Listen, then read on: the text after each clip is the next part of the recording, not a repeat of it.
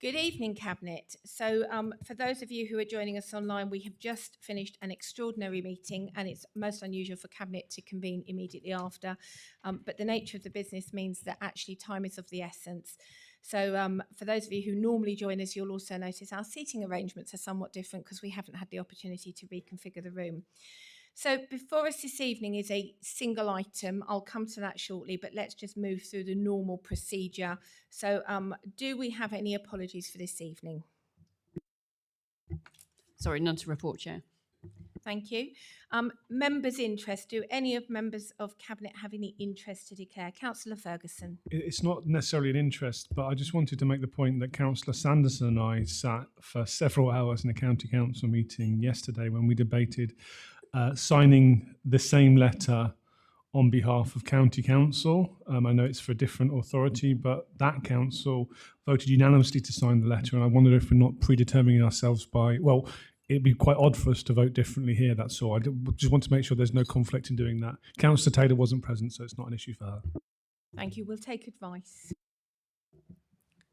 Through you, if I may.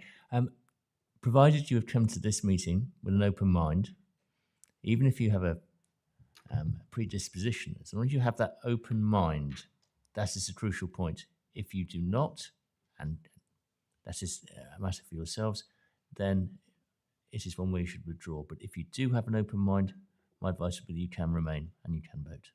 So just to confirm, my mind is always open, so thank you for that advice. Thank you. So just for the record, Councillor Ferguson and Councillor Sanderson have indicated that they have come to this meeting with an open mind. Thank you very much for the guidance. No other interests to declare? No, in which case then let's move into the substantive item. So we're meeting here tonight to look at the item of local government reorganisation in Cambridgeshire and Peterborough. We have before us already a report from the Chief Executive. For those who've been with us online this evening or in the chamber, you will know that we've spent the last hour and a half considering that report across the whole of Council. I think there's an opportunity now as Cabinet for us to just reflect back some of the conversations that we've heard discussed in Council. It was a debate, so Council were not invited to make a decision. The decision sits with us as Cabinet this evening, but we might just want to play back some of the things that we've heard and give them due consideration. I did take copious notes, but I don't know whether any of my colleagues wish to offer up any observations based on what you've heard that you think that we ought to be mindful of as we make our deliberations about whether we are content to follow the recommendations, which would be to agree to sign a letter which is already included in your pack. So I'll just pause there because colleagues may wish to come in at this point. Councillor Taylor, then Councillor. Thank you, Chair. I think what we've heard this evening at full council, the comments are very similar. They echo the same concerns, and they are totally my concerns as well. Because at the end of the day, as we heard from many of our council members, at the end of the day, it is our residents that we serve, and anything that we do within the councils is for them. So, I totally understand their thoughts tonight, but although they didn't think the letter was as fulfilling as they wanted it to be, I am certainly in support of it, considering the little amount of time that we've had with yourself and senior leadership talking to other councils. I think this is appropriate to be sent. We have another 7 to 8 months to continue this conversation with other leaders and other CEOs, and at that point we'll come to a decision. Thank you, Councillor Taylor. Councillor Mickleborough. So there's 4 points that I'll basically paraphrase. I think Councillor Davenport-Ray covered a vast number of points that I would have made otherwise in our earlier session. And listening to the comments this evening, I think The first one is that we're not in the devolution priority programme, and therefore elements of the angst that our letter is not as detailed or as descriptive as it could or should be in some members' views really should be set aside.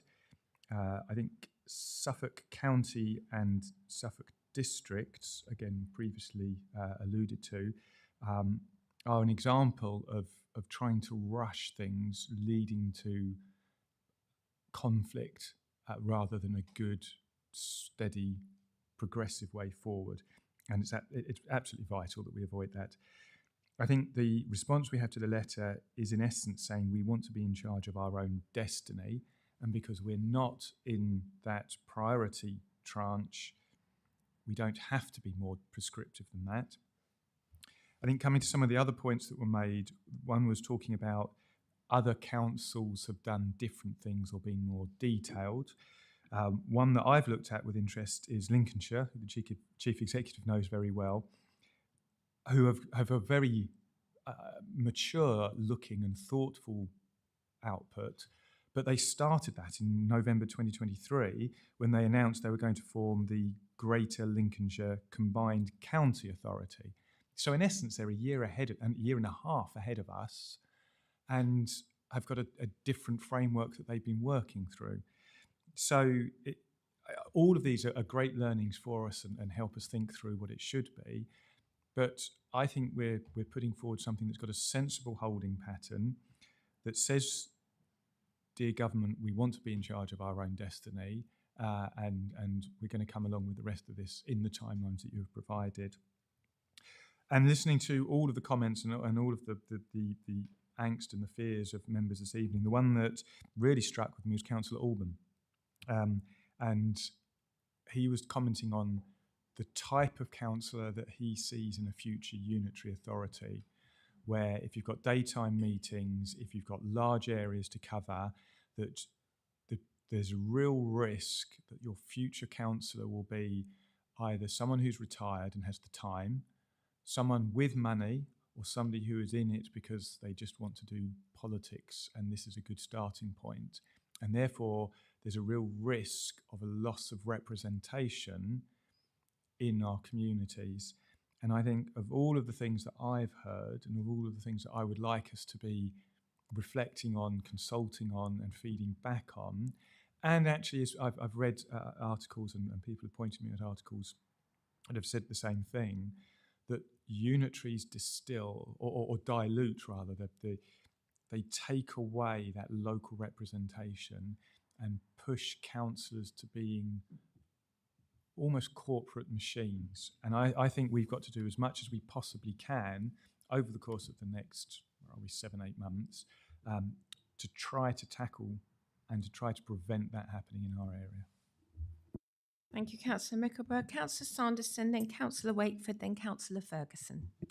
Thank you, Chair. I thought it was quite an interesting debate, some very good points by members. I think, Chair, you corrected some people that obviously thought this was devolution, which it's not.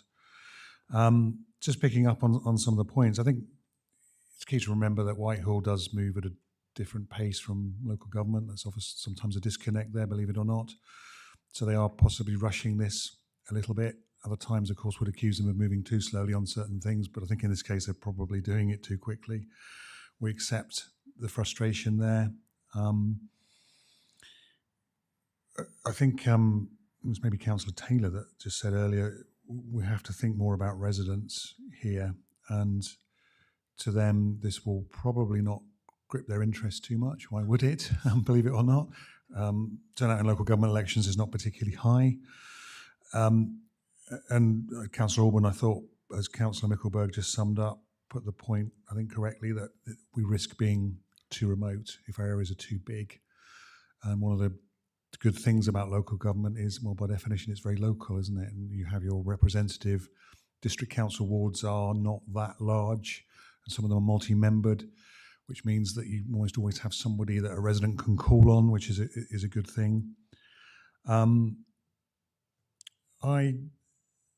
I would say in conclusion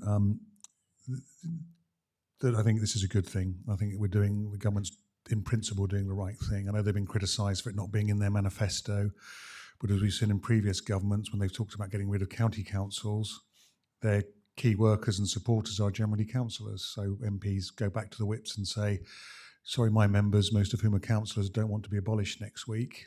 What am I to do as a local MP, for example? So I think the difference here, this will actually, I think, will take place. I think the letter is good. I'm happy to approve it. But I think, as you said, Chair, during the debate, mindful that there are other aspects developing here, and I think we need to feed them back as part of the process. But it was very useful to hear from our colleagues. I think there was a lot of very good speeches from across the chamber. Thank you. Thank you, Councillor Sanderson. So, Councillor Wakeford. Thank you. Yeah, I think it was a full and broadly helpful discussion earlier. I think I heard maybe 4 different things in terms of categories. I think I heard warnings about the complexity of what we're about to embark on. I think I heard challenge and views about government's approach, which is out of our control. I heard some comments suggesting we should have started from a different place in terms of our local response, and also I think I heard recognition that actually what we're doing is makes sense in view of the factors that I think the debate allowed us helpfully to spell out and clarify where there was misunderstanding. So just in order, then I do think Councillor Chapman made an extremely helpful opening contribution to the debate as to the challenges which we are aware of. He posed to us the question, how are we going to make sure we don't get caught up in a mess again? And I think the answer is by doing as much of the legwork in advance as possible, by preparing for that, and by investing the resource in that planning rather than just worrying about it after it happens. And I am pleased to say that is what we're doing, and that was in the budget that we've passed. And I'm seeing furious nods from officer colleagues who I think recognise the volume of work I think that's already been embarked upon in aid of this. But I do think we are responding as best we can to that challenge. Views from across the chamber about the wisdom of what government's doing. I don't propose to reiterate all of what I said earlier. I would just flag the sort of basic point I sought to make, that there is never going to be a perfect way of doing everything unless we do it sort of so slowly that it risks never happening.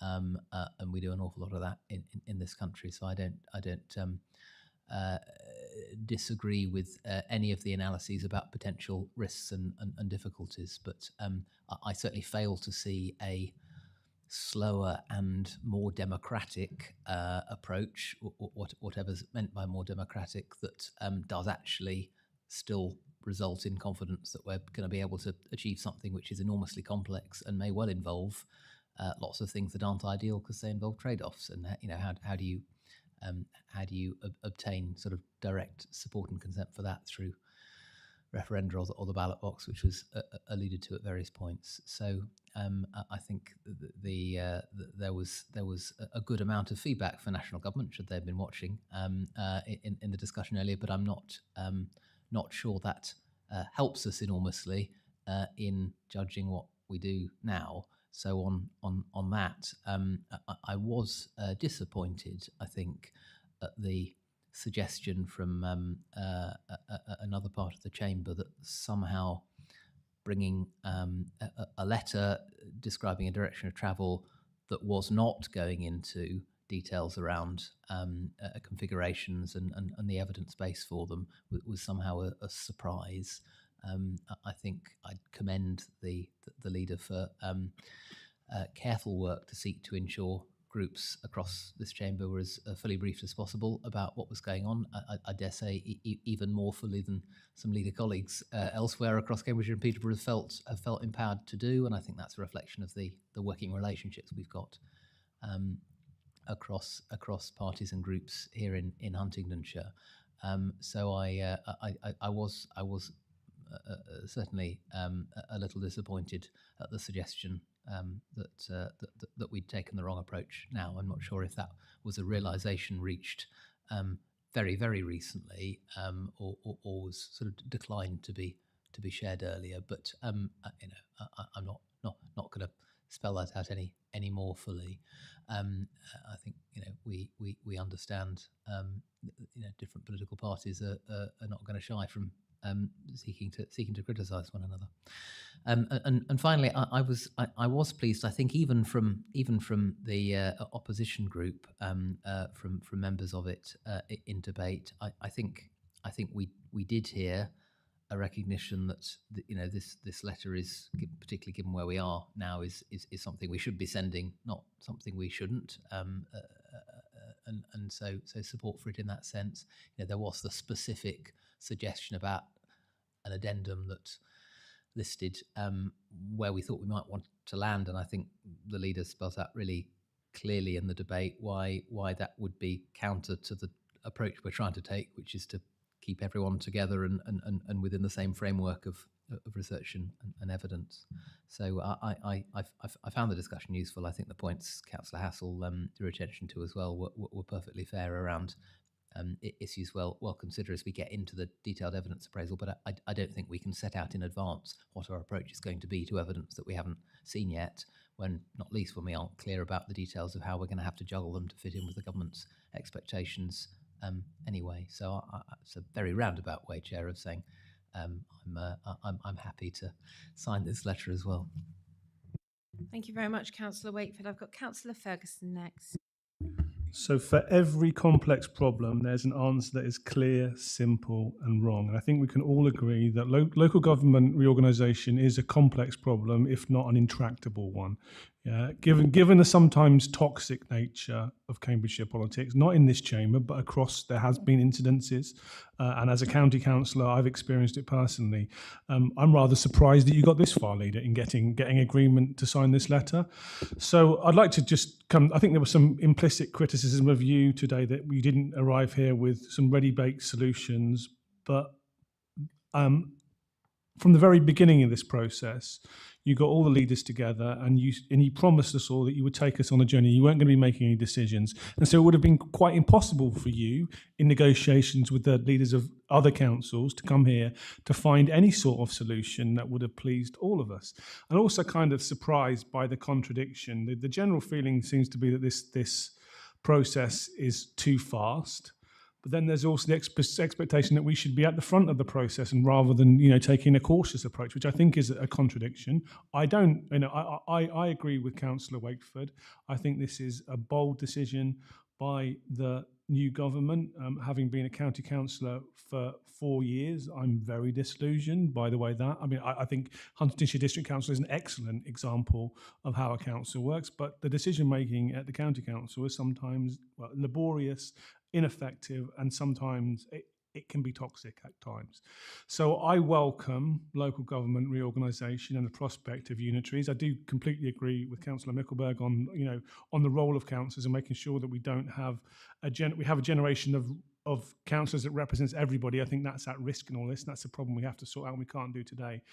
But at county council and here tonight, I didn't hear any solutions or any good solutions to how we sort this out so far. And after 30 years in engineering, I'm paid to solve complex, intractable problems, and the only way you can ever do that is by looking at the data. And if you do that, you look at enough data, look at enough evidence, then elegant and innovative solutions arrive. So I completely support what you've done so far, Leader, in this. I don't think it's the best letter that I've ever seen, but it's difficult. It's a difficult situation. And the fact that we're talking together with other leaders, I'm confident that, before November, some better solutions will emerge. I think, there's 54 different councillors in this chamber, and I think there would be at least 30 or 40 different opinions on how we organise this. I might disagree with my friend from Yaxley about the final destination of our wonderful towns, and so it's a difficult problem, and I think it's one we have to take a evidence and data driven approach to, and I don't think we have that data yet. So I think the letter is acceptable, and yeah, I'd be happy to support it. Thank you, Councillor Ferguson. We've got Councillor Taylor, then Councillor Davenport-Ray. Apologies, that's Councillor Howell. No wonder Councillor Taylor's looking at me slightly surprised. It's Councillor Howell. Thank you, Chair. I also made quite a lot of notes during the meeting and kind of looking over them. Stephen stole one of my comments, which was there was many comments about the pace from government being too fast, but also wanting us to put an interim plan forward, and we aren't being fast enough. That we should look at the risk and look at the data and engage with residents, but put forward an interim plan before we've done any of that. So, yeah, coming from sort of looking at all of the responses, I did make a lot of notes. So, yeah, it's kind of a little bit contradictory of what was coming across earlier on. So. Thank you very Chair, much. I had the Councillor benefit Howell. of looking at Councillor Howell's copious notes, and that's how I managed to steal her line. Sorry. That'll teach you to sit next to Councillor Ferguson, Councillor Howell. We're going to move on then to Councillor Davenport-Ray, and then I'm going to come back to Councillor Taylor. Thank you, Chair. The concerns that we heard from all of our colleagues in the last meeting, I found really valuable. They mirror many of my concerns as well. But thinking about it more deeply, it mirrors my concerns from about 4 weeks ago. So really before I had the chance to do a real deep dive into what's happening in this process, to speak to colleagues around the country who are going through similar things. And so it gives me some hope that we're moving in the right direction. Perhaps some of the things we're talking about in closed session mirror the same concerns that we're hearing from our colleagues. So I wish we were not in this situation. I don't see how it will create better outcomes for our residents. And despite Councillor Wakeford's comments that reorganization is beyond our control, which I'm not surprised to hear from my Labour colleague, I deeply disagree that there's no possible slower or more democratic approach. I'm certain that there is. And we should certainly use every opportunity to express our criticism and hope that the government will switch track and address the real issue that's here, the funding of social care. But the fact that all 7 leaders have agreed to this letter is actually quite extraordinary, as some of my colleagues have mentioned. I can't imagine that happening, say, 2 years ago, given the political divisions and sensitivities involved. So just as Councillor Ferguson mentioned, I wanted to put on record that this bringing together of Cambridgeshire leaders who often disagree, I believe, may well be due to our leaders' personal intervention on bringing those people together. Chair, you called those 7 leaders together, and you often use your significant skill to negotiate those personalities involved. So you certainly deserve some personal credit for where we have gotten to so far.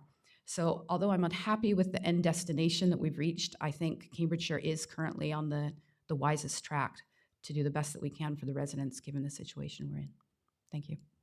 Thank you, Councillor Davenport-Ray. Can I move then to Councillor Taylor, Councillor Harvey, Councillor Wakeford?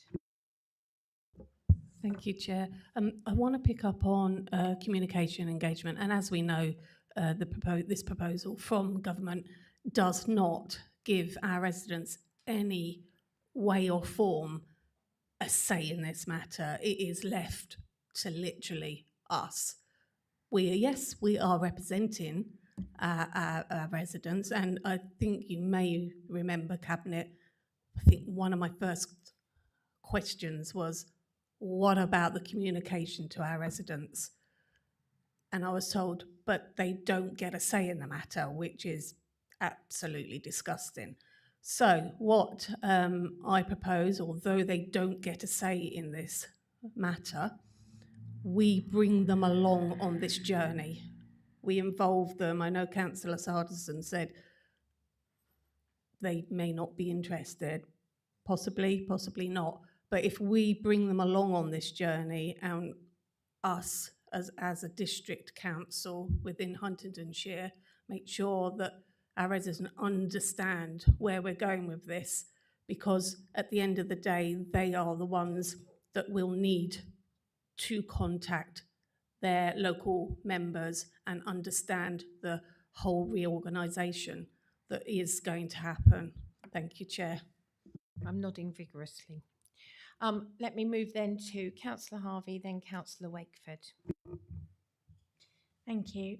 I'd like to start by thanking all the members that contributed to the debate tonight and giving Cabinet plenty to think about for this meeting. I heard the word weak a lot, but I too think that we're being incredibly brave in taking our time. We could have jumped into a partnership, but generally speaking, hasty decisions don't work out well. I think by taking our time to get to grips with the data, we'll be in a far stronger position when we do make a decision, and that's going to lead to far better results for our residents. And the phrase more haste, less speed sprang into my mind quite a lot as we were going through the debate. I too am concerned about the lack of potential diversity that might occur in the new unitary authorities, and I'd like to feed this back to government as strongly as we possibly can, whether that's in a future letter or whatever method becomes appropriate for that. But I do support tonight's letter. Thank you, Councillor Harvey. Councillor Wakeford. Thank you. Just briefly reflecting on colleagues' comments as well. I'm conscious that we've drawn attention to some contradictions. I think Councillor Howland and Ferguson rightly identified in debate earlier. I would politely push back to Councillor Devonport-Ray, though. I do think there's a contradiction in the suggested aims of seeking to push back versus seeking to engage constructively in order to maximise the chance that we can control our own destiny in Cambridgeshire and Peterborough. My view is that my own view about whether this is on balance helpful or not is pretty irrelevant. A national government is keen to move forward with simplifying local government.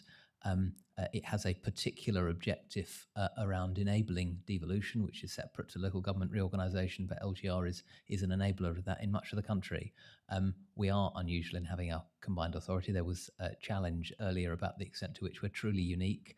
I think East Midlands is a combined county authority with only the upper tiers involved.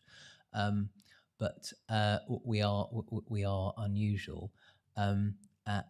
And so government has a clearly stated, whether right or wrong, in colleagues' minds, objective. And my priority, which I think this letter does support, is engaging constructively in order to try to find something that we feel best works for our area and our residents and the future of their job prospects, their prospects of housing, of being participants in an effective functioning community, society, and economy.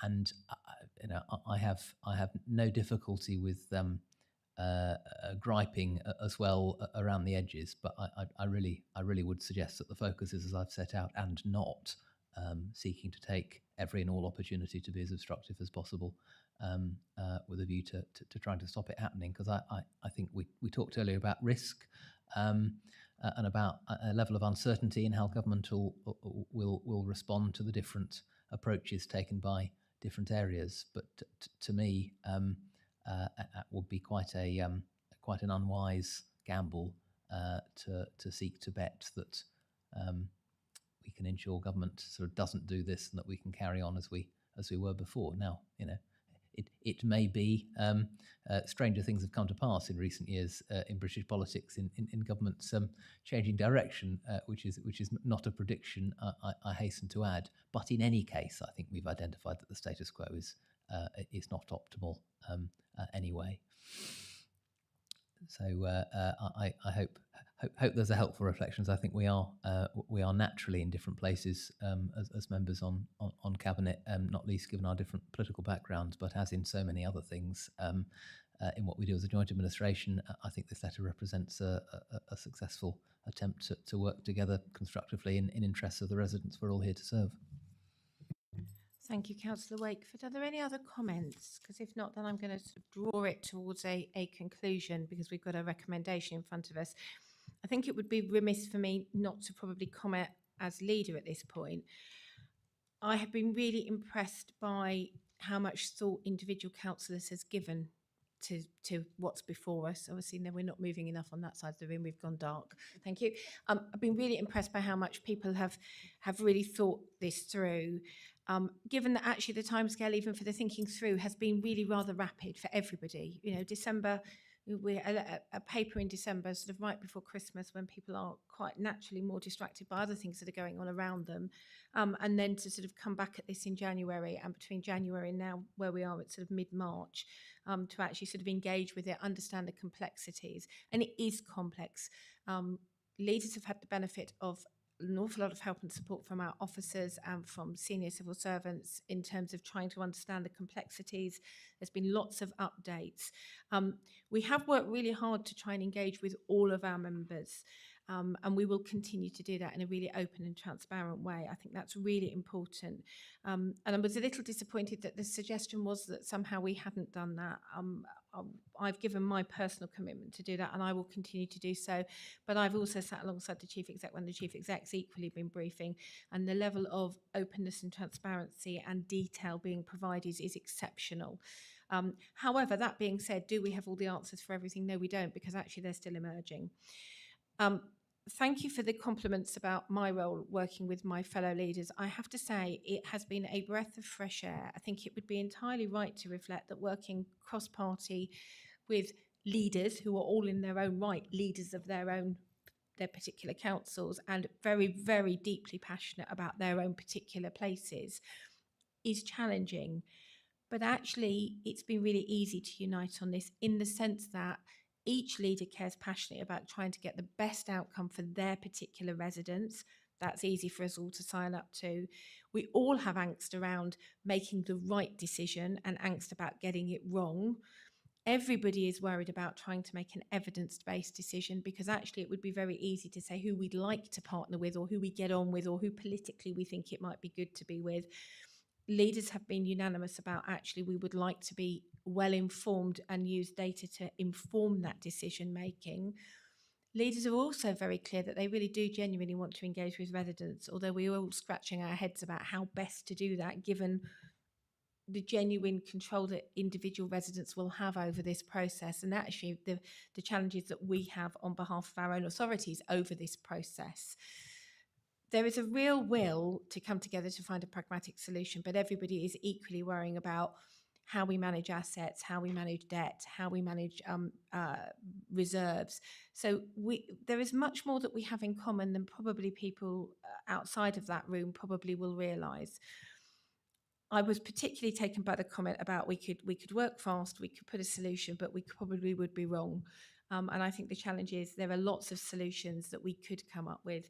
The real challenge going forward is trying to get the very best. There probably will be no right solution. It'll be pragmatically which is the best given all of the choices in front of us. And in fact, can we unanimously agree that? That will be a big stretch for us as a council. It will be a stretch probably for the other leaders and their councils. But at least I think what we've shown by the letter is there is a will for us to work together and to try and come to some consensus. So that's enough from me, but thank you very much to Cabinet for playing back what we heard this evening. I took copious notes. I have genuinely taken on board all of those comments in time to all of that really helpful reflection. So we have before us this evening a recommendation. We've considered, I think, considerably the background to the English Devolution White Paper and its implications, and we've given really due consideration to the meeting we've just had. So really it's the second item, and I'm just going to read you the recommendation before I ask for a seconder, because I'm happy to propose this. So the recommendation is that the authority be delegated to the Chief Executive in consultation with the Executive Leader of the Council to finalise the proposed letter to Government along with other Council leaders as the interim submission to indicate our commitment to work towards achieving a consensus proposal by November 2025. It should be noted that it's the executive leader of the council who will sign this letter. Now, having just said I would propose that, it's probably wise that I don't propose that. So in fact, I'm not going to propose that. Would somebody else like to propose it, seeing as potentially I'm going to sign it? Councillor Ferguson, thank you very much. I'd like to propose it, Chair, please. Thank you. Can I have a seconder? Councillor Wakeford, thank you. Can I have a show of all those in favour of that delegation and that that we sign that letter? That's unanimous. Thank you very much. Can I also thank officers for their forbearance this evening? It's been a long meeting. Thank you very much to my councillor colleagues, and thank you to anybody who's watched online. We're now going to bring this meeting to a close. Thank you.